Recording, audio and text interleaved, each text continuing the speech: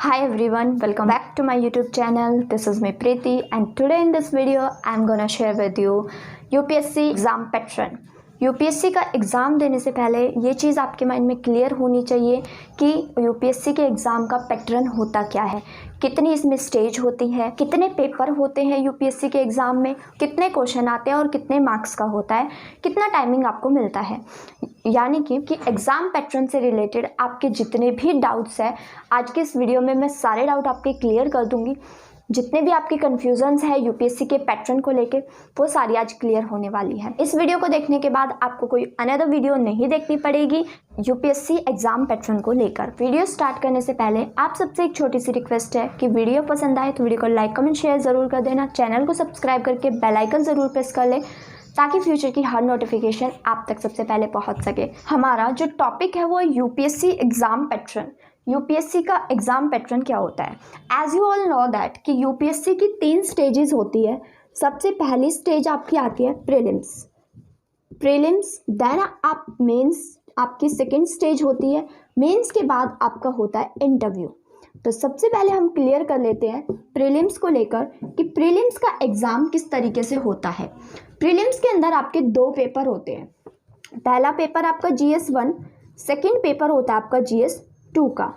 GS2 को हम C-सेट भी कहते हैं, ठीक है। GS2 की बात कर लेते हैं। GS2 के अंदर आपके जो कॉम्प्रिहेंशन है, लॉजिकल रीजनिंग है, क्वांटिटेटिव एप्टीट्यूड है, ये सब आपके पूछे जाते हैं। GS2 के अंदर आपके 80 क्वेश्चंस आते हैं जिसका आपको टाइम मिलता है 2 घंटे का।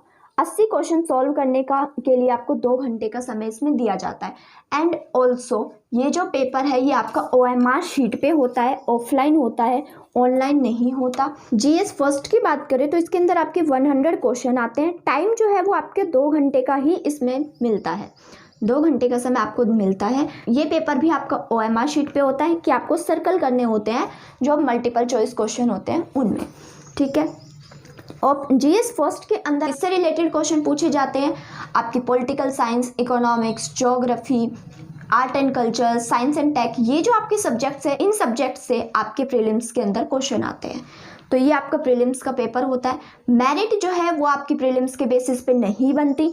ये जो दोनों पेपर है ये आपके सिर्फ क्वालिफाइंग होते हैं, क्वालिफाइंग पेपर होते हैं। आपको 33% इसमें मार्क्स, 33% मार्क्स लेकर आने होते हैं।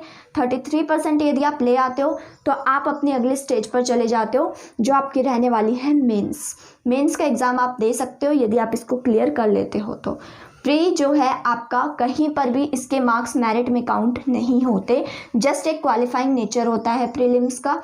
आई होप आपको प्रीलिम्स क्लियर हो गया हो। अब बात करते हैं मेंस की कि मेंस का आपका क्या क्राइटेरिया है।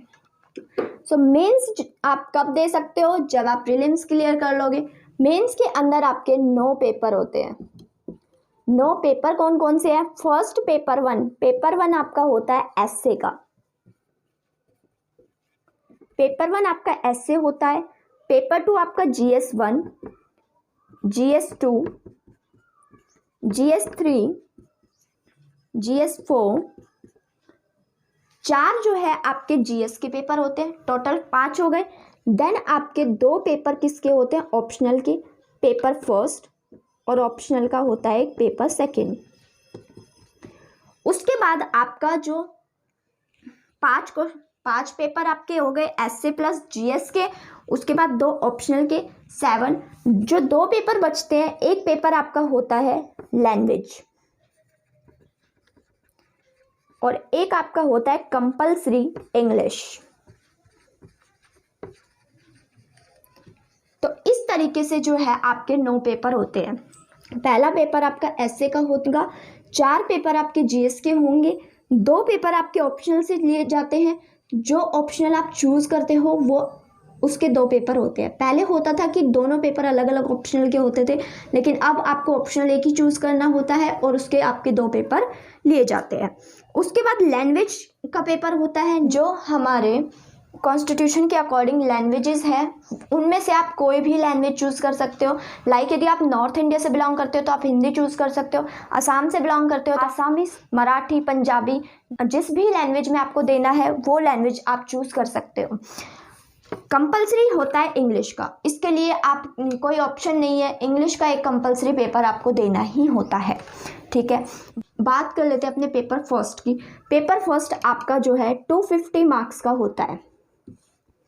250 मार्क्स का होता है एस्से का पेपर। इस पेपर के अंदर 125 मार्क्स का एक क्वेश्चन आता है, 2 क्वेश्चन आते हैं। आपको एस्से राइटिंग करनी होती है, 200 to 250 वर्ड्स होंगे और लगभग 7 से 8 मिनट का आपको समय दिया जाता है। तो 125 नंबर के 2 क्वेश्चन आपके होते हैं, 250 नंबर का ये पेपर हो गया। GS 4 जो है, GS 1 से लेके GS 4 तक हर एक पेपर आपका 250 नंबर का रहता है। GS 1 के अंदर क्वेश्चंस कहाँ से रिलेटेड आते हैं? Geography, history, art and culture. GS 2 के अंदर आपकी political science, governance, social justice, इनसे रिलेटेड क्वेश्चन आते हैं। GS 3 के अंदर आपकी इकोनॉमिक्स, डाइवर्सिटी, सबसे क्वेश्चंस आपसे पूछे जाते हैं। इकोनॉमिक्स हो गई, डाइवर्सिटी। और GS 4 जो है इसमें आपकी एथिक्स आती है, एथिक्स से रिलेटेड। ओके, 4 पेपर आपके हो गए, हर एक पेपर आपका 250 मार्क्स ईच पेपर है, ठीक है। उसके बाद इसका जो आपको समय दिया जाता है वो 3 घंटे का आपको समय मिलता है। हर एक पेपर के लिए आपको 3 घंटे का यहाँ पर समय दिया जाता है। ऑप्शनल की बात कर लेते हैं तो ऑप्शनल भी आपका 250 मार्क्स का फर्स्ट ऑप्शनल होगा, 250 का ही आपका सेकेंड ऑप्शनल होगा, 500 मार्क्स का आपका क्या होता है? ऑप्शनल होता है। लैंग्वेज की बात करें तो लैंग्वेज जो है आपका 300 मार्क्स का आपका लैंग्वेज का पेपर होगा और 300 मार्क्स का ही आपका कंपलसरी इंग्लिश का पेपर होगा, ठीक है। अब आपको मैं बता दूं कि लैंग्वेज जो आपका पेपर ए है लैंग्वेज का और पेपर बी है कंपलसरी इंग्लिश का, आपकी जो मेरिट बनती है वो आपकी सिर्फ 7 पेपर्स पर बनती है जो आपके रहने वाले हैं paper first, second, third, fourth. आपका एस्से और आपके GS के 4 पेपर, 5, 2 ऑप्शनल के, ये जो 7 पेपर है इससे आपकी मेरिट बनती है। पेपर ए और पेपर बी से आपकी मेरिट नहीं बनती, ये सिर्फ क्वालिफाइंग नेचर के लिए होते हैं, आपको इनको क्वालिफाई करना होता है। क्वालिफाई करने के लिए आपको 25% मार्क्स चाहिए, यानी कि 300 में से 75 मार्क्स आपको लाने होंगे, तब आपका ये क्वालिफाई होगा। उसी के साथ ध्यान क्या रखना है कि यदि आप पहले इन पेपर को क्वालिफाई नहीं करते हो तो आपके जो 7 पेपर है वो भी चेक नहीं होंगे। सबसे पहले आपके ये 2 पेपर चेक होते हैं, आपकी लैंग्वेज का और कंपलसरी इंग्लिश का।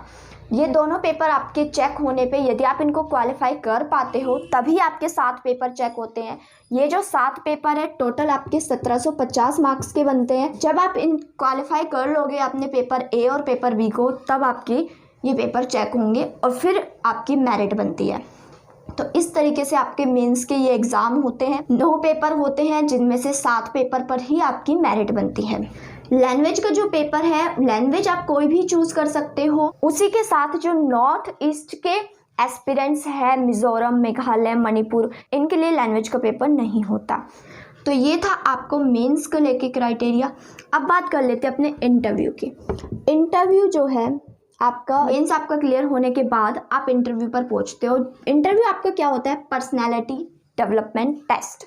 इंटरव्यू के अंदर आपका सब कुछ देखा जाता है, ना केवल नॉलेज, साथ ही प्रेजेंस ऑफ माइंड, आपकी पर्सनैलिटी, आपकी हैबिट्स, एवरीथिंग। इंटरव्यू के जो मार्क्स है वो 275 मिलते हैं। 1750 नंबर आपके ये और उसी के साथ 275 मार्क्स आपके किसके हो गए? इंटरव्यू। टोटल आपके मार्क्स बनते हैं जिसके बेसिस पे आपको रैंक मिलती है, देन डिसाइड होता है कि आप कौन सी पोस्ट के लिए एलिजिबल हो।